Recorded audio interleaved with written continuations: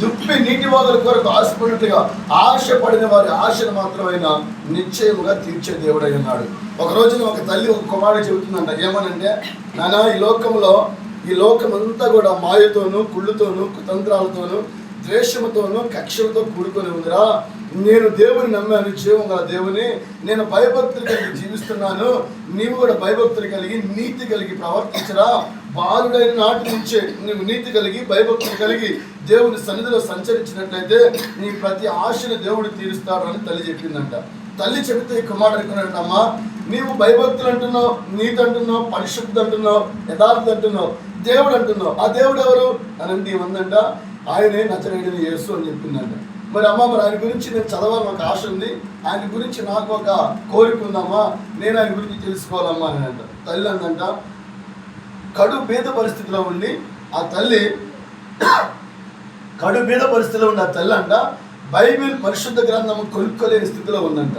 ఆ తల్లి తనకున్నటువంటి యజమాని కోల్పోయింది, ఆస్తి పాస్తి లేవు, ఒక్కడే ఒక కుమారుడు, బాలుడు, యవనస్తుడు కూడా కాదు, బాలుడు, చిన్నపిల్లవాడు, చదువుకునే వయసు. ఆ కుమారుడికి దేవుని భయభక్తి నేర్పుతుంది, మందిరానికి వెళ్తుంది, కుమారుడిని వెంట పెట్టుకుని తీసుకుని వెళ్తుందంట.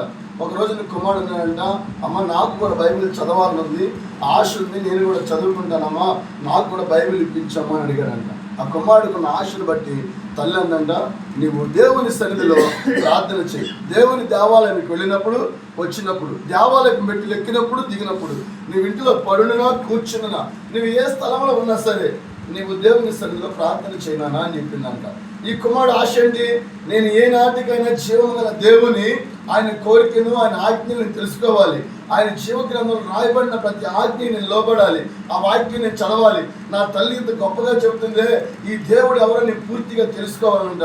ప్రతిరోజు దేవాలయానికి వచ్చినా వెళుతున్నా ఒక ఆశతో ప్రార్థన చేస్తాను, ప్రభువా నాకు కూడా బైబిల్ కావాలయ్యా చదవడానికి అడిగేవాడంట. అడుగుతుంటే ఈ కుర్రవాడు, చిన్నవాడు, బాలుడు కొనలేడు, వెల కట్టలేడు, ధనం లేదు, తల్లి ఇచ్చే స్థితిలో లేదు. ఒక రోజున ఆ గ్రామంలో ఒక రాజుగారు, ఒక అధికారి ఒక దండోరా వేయించాడంట. ఏమనంటే, రాజు పుట్టినరోజు సందర్భంగా ఈ ప్రాంత ప్రజలందరికీ శుభవార్త, ఎవరికి ఏ వస్త్రము కావాలో, ఏ ఆహారము కావాలో, ఏ వజ్రాలు కావాలో, ఏ వైడీలు కావాలో, ఏ బంగారం కావాలో, ఏ కానుకలు కావాలో రాజు సముఖం ముందు నిలబడి ఆయన సింహాసనం మీద కూర్చుని ఉండగా, ఈ రోజు ఉదయం నుంచి సాయంకాల సమయం వరకు రాజు సింహాసనం మీద కూర్చుని ఉండగా తన యొక్క ధనాగారములో నుంచి వస్తున్న ప్రతి వస్తువైనా, కోరుకున్న ప్రతి కోరికనైనా రాజు తీర్చబోతున్నాడు. వచ్చిన వారు తనకి కావాల్సింది ఏదైనా ఎంత అడిగినా రాజు తప్పక కోరిక తీరుస్తున్నాడని చెప్పి దండలు వేయించారంట. ఈ కుమారుడికి ఆశ కలిగిందంట, ఏమని, నా తల్లి జీవము గల దేవుడు అని చెబుతుంది కదా, ఆయన నీతి యథార్థ గురించి చెబుతుంది కదా, నేను ఆయన గురించి చదవాలని ఆశపడుతున్నాను కదా, రాజు సముఖమునకు వెళ్ళి నాకు అది కావాలని అడిగితే రాజు ఇస్తాడేమో అని అంటే ఆశతో వెళ్ళాడంట. ఆశతో వెళ్ళి జన సమూహంలో ఆ మట్టి లైన్లో క్యూలో నిలబడితే అంటే అందరూ అంటున్నారంట, అరే నువ్వు బాలుడవు, నువ్వెందుకు పనికిరాని వాడివి, నీవు వస్త్రహీనుడవు, నీవు తింటాకు వచ్చావు కనుక నువ్వు ఆఖరి లైన్లో నుంచోరు వెళ్ళి అన్నారంట.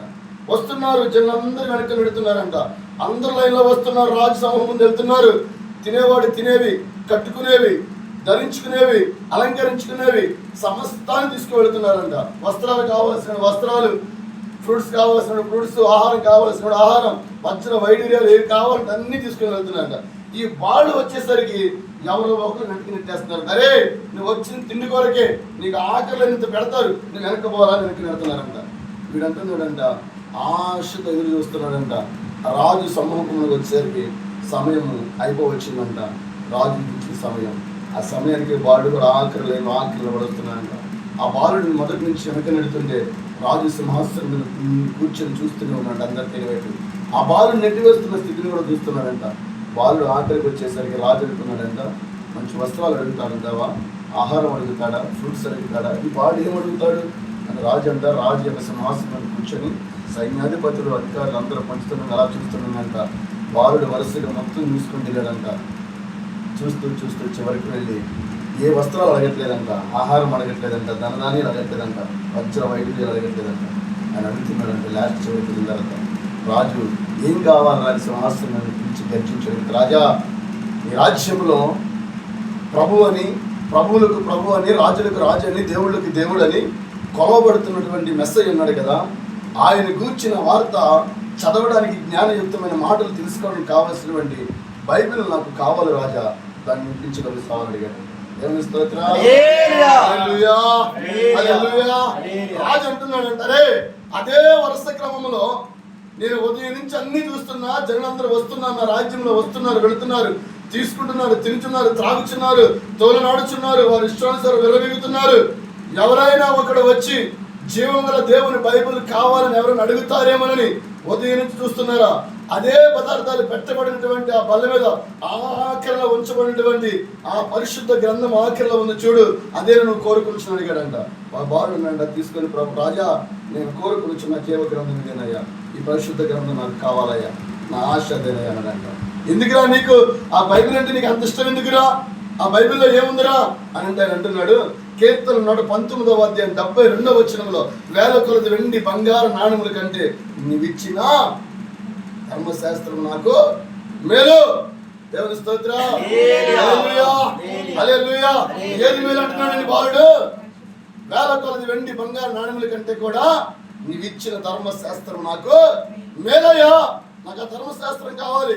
ఈ ధర్మశాస్త్రం తీసుకొని ఏం చేస్తారో అందులో ఉన్న నీతిని, అందులో ఉన్న న్యాయమును, అందులో ఉన్న పరిశుద్ధతను, అందులో ఉన్న యథార్థతను కలిగి నేను దేవుని ముఖ దర్శనము చేస్తూ ఆయనను ప్రకటన చేస్తానయ్యా.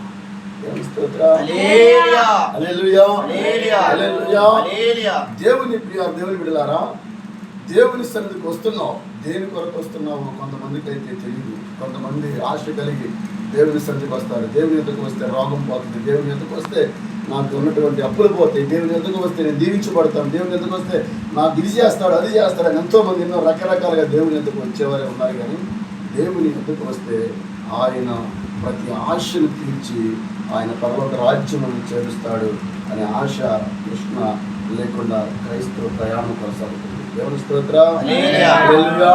ఈ బాలుడు ఆశపడినట్లుగా రాజు ఆ బైబిల్ ఇచ్చాడు. అది పట్టుకొని అత్తుకొని పరుగు ఇంటికి తల్లి, అమ్మా ఇదిగో ఎన్నో దినాలు నువ్వు చెబుతున్నావు కదా, దేవుడు ఇచ్చిన ఆజ్ఞల కంటే అన్నిటికంటే దాని ధర్మశాస్త్రం మీరు అంటున్నావు కదా, ఆ ధర్మశాస్త్రం నాకు దొరికినాను. దీన్ని బట్టి నేను నా త్రోవలు ఎలా నడవాలో, నేను ఎలా ఉండాలో, నేను తెలివి కలిగి ఎలా ఉండాలో, జ్ఞానం కలిగి ఎలా ఉండాలో ఈ యొక్క బైబిల్ గ్రంథం చదివి ఇక్కడ నుంచి నేను ఆ రీతిగా బ్రతుకుతానమ్మా. దేవుని స్తోత్రం. హల్లెలూయా, హల్లెలూయా. దేవుని సన్నిధికి వస్తున్నాం, మనం కూడా దేవుని వాక్యాన్ని వింటున్నాం, ఆ రీతిగా మనం కూడా బ్రతకాలి. దేవుని స్తోత్రం. ఎప్పుడైతే దేవుని వాక్యం ప్రకారం మనం బ్రతుకుతామో, ఆయన ముఖదర్శిని ఎప్పుడైతే మనం చేస్తామో, ఆయనంతా మనకున్న ప్రతి ఆశను తీరుస్తాడు. ప్రతి ఆశను తీరుస్తాడు ఆయన ప్రతి ఆశను తీర్చడం కనుకుండా మన కొరకు ఆయనంట ప్రాణార్పణంగా పోయబడిన దేవుడు అంట నీతి న్యాయములతో కూడిన ఆ పరలోక రాజ్యాన్ని మనకి ఇస్తాడంట. అబ్రహాము దేవుడు పిలిచినాడు, అక్కడే ఒంటరిగా బయలుదేరాడు. 318 మంది ఇంట అలవర్చి పెంచబడిన అందరూ ఉన్నారు, పనివారు ఉన్నారు. కానీ ఉన్న కొరత ఏంటో తెలుసా? కుమారుడు లేని పరిస్థితిలో వచ్చినప్పుడు దేవుడు పిలిచాడు, అబ్రహాము నీ స్వదేశం విడిచి, నీ ఇంటిని విడిచి, బంధువుని విడిచి నన్ను వెంబడించమన్నాడు దేవుడు. ఎప్పుడైతే అబ్రహాము దేవుడు పిలిచాడో ఆనాటి నుంచి అబ్రహాం అంట పునాదుల గల పట్టణం కొరకంట ఆశ కలిగి ప్రయాణం కొనసాగించాడంట. ఎప్పుడంటే పిలవబడినప్పుడే మనం రక్షింపబడినప్పుడు మనకు ఒక ఆశ ఉండాలి. మనం దేవుడి సన్నిధికి వచ్చినప్పుడే కాదు, ప్రతి దినం మనకు ఆశ శ్వాసం కలిగి ఉండాలి. ఏంటో తెలుసా? నేను పరలోక రాజ్యం నేను స్వతంత్రించుకుంటాను, పరలోక రాజ్యం నేను ఎక్కి వెళతాను, ఆయనతో కలిసి ఆ సింహాసనం నేను ఆరాధన చేస్తాను, ఆయన ముఖ దర్శనం చేస్తాను, ఆయన ప్రత్యక్షత ఉంటానని ఒక ఆశ, ఒక వాంఛ మనలో ఉండాలి. ఎవరైతే ఆ ఆశ వాంఛ కలిగి ప్రయాణం కొనసాగిస్తారో ఈ క్రైస్తవ ప్రయాణము, ఆ దినం రానే ఒక దినం ఉంది, ఆ దినం ఆయన రానే వస్తాడు. వచ్చిన దినం మనందరం కూడా ఆయన రాజ్యంలో ఉండకూడదు.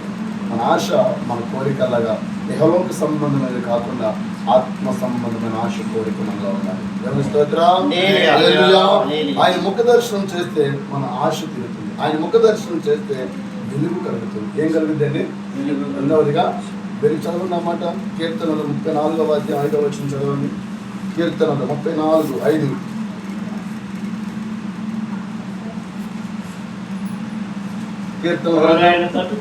వారు ఆయన తట్టు చూడగా వారికి వెలుగు కలిగిన, వారి ముఖములెన్నడను లజ్జింపకపోవును. దేవుని స్తోత్రం. హల్లెలూయా. ఏంటండి ఆయన తట్టు చూడగా ఏం కలుగుద్ది అంటే మనకు వెలుగు కలుగుద్దంట. వెలుగు ఎలా కలుగుద్ది అంటే ప్రకాశమానమైన వెలుగు కలుగుద్ది. ఆ వెలుగు మనల్ని ఏం చేస్తాయంటే ఆ వెలుగు మనం ఆవరించి ఉంటది. ఆ వెలుగు అనుకూల పరిస్థితి అయినా ప్రతికూల పరిస్థితి అయినా ఎట్టి స్థితిలో అయినా సరే ఆ వెలుగు మన నుంచి విడిచి వెళ్ళిపోదు. ఆ వెలుగు ప్రకాశమైన వెలుగు నిత్యం మనకు తోడుగా ఉండి మనల్ని నడిపిస్తూ ఉంటుంది. ఆ వెలుగు మరణ ఛాయల నుంచి కూడా మనకు విడుదల కలుగు చేస్తుంది. ఆ వెలుగు అనగా ఆ వెలుగే యేసు క్రీస్తు. ఆ ప్రత్యక్షత మనకు కలిగినప్పుడు ఆ వెలుగులో మనం నడుస్తున్నప్పుడు ప్రతి అపాయ స్థితిలోను చీకటి స్థితిలోను ఆ గాఢంధకరపు లోయలో ఉన్న ఎక్కడ ఉన్నా కానీ ఆ వెలుగు మనల్ని బలపరుస్తూ నిలబెట్టేదిగా ఉంటుంది. ఆ వెలుగు మన నిత్యము మనకు తోడుగా నడిపిస్తుంది. ఒకానొక దినమున దావీదు మహారాజు కూడా 3 దినాలు యుద్ధం చేసి 600 మంది సైన్యముతో అరణ్యములు సంచరించి తన గుహలోకి వచ్చేసరికి సిక్లా గుహకు వచ్చేసరికి తన ప్రజలు, తన 2 భార్యలు, తన కుమారులు, తన ప్రజలు 600 మంది సైన్యము కలిగినటువంటి యావదాస్తిని అమాలేకులు పడి సమస్తం దోచి వెళ్ళిపోయారు. సమస్తం దోచుకుని వెళ్ళిపోతే దావీదు జీవితం చీకటమయమైపోయింది. ఎందుకు చీకటమయమైంది అంటే అప్పటి వరకు 600 మంది సైన్యము తనతో ఉన్నవారు అంటున్నారు, మనం ఈ దావీదుని వెంబడించబట్టేగా, ఈ దావీదు వెంట వెళ్ళబట్టేగా, ఈ దావీదు సహవాసంలో మనం ఉండబట్టేగా అమాలేకీయులు వచ్చారు, మన భార్యను దోచుకున్నారు, మన సంపద దోచుకున్నారు, మన పిల్లలను దోచుకున్నారు. ఇప్పుడు మనకి ఉండడానికి ఇల్లు లేకుండా, తినడానికి తిండి లేకుండా, మనకు ఆశ్రయించేవారు లేకుండా మన నిరపరాధులుగా నిలబడ్డాం. ఈ దావీదు చేసినటువంటి పని వల్ల మనం నష్టపోయాం. అప్పటి వరకు దావీదుకి చేయన్నారు, అప్పటి వరకు దావీదు వెంట వెళ్ళారు, అప్పటి వరకు దావీదు ఎక్కడుంటే అక్కడే అన్నారు, అప్పటి వరకు దావీదు ఏ పని చేస్తే దావీదా నీ వెంట మేము అన్నారు. ఎప్పుడైతే అమాలేకీయులు దోచుకున్నారో అందరూ ఎదురు తిరిగారు. సైన్యము తనతో లేదు, భార్య లేదు, పిల్లలు లేరు, ఎవరు లేరు. చీకటి ఒంటరి వాడైపోయి అంటున్నాడు. దేవుని సన్నిధిలో నిలబడి ప్రార్థన చేస్తున్నాడు. ఏమని చేసా, ప్రభువా దోచుకోబడిన అమాలేకీయులు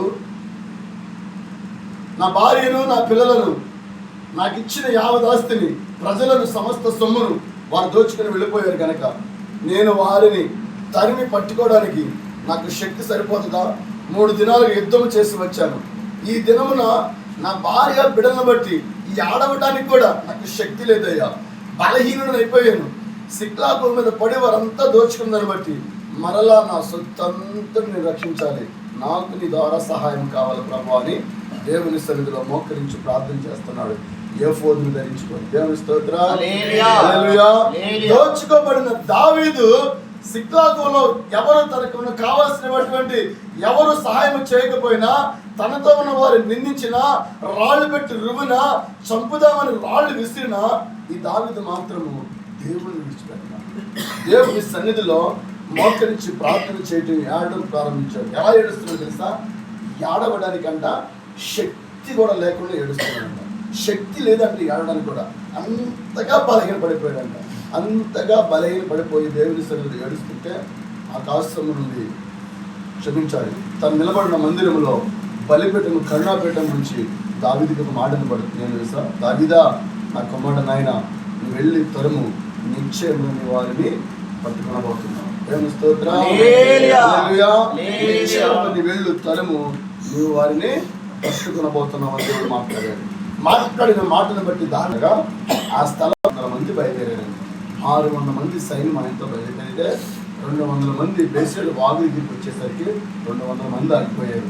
ఏమంటుంది తెలుసా, రాజా దావీదా, ఇప్పటి వరకు మేము 3 దినాలుగా నీతో యుద్ధం చేసాం, యుద్ధ భూమిలో ఉండొచ్చాం, ఇప్పుడు మరలా భార్య పిల్లల సంరక్షణ రమ్మంటున్నావు, దేవుడు రక్షిస్తాడంటున్నావు, మేమైతే రాలేమయ్యా, బలహీనం అయిపోయామని చెప్పి 200 మంది ఆగిపోయారు.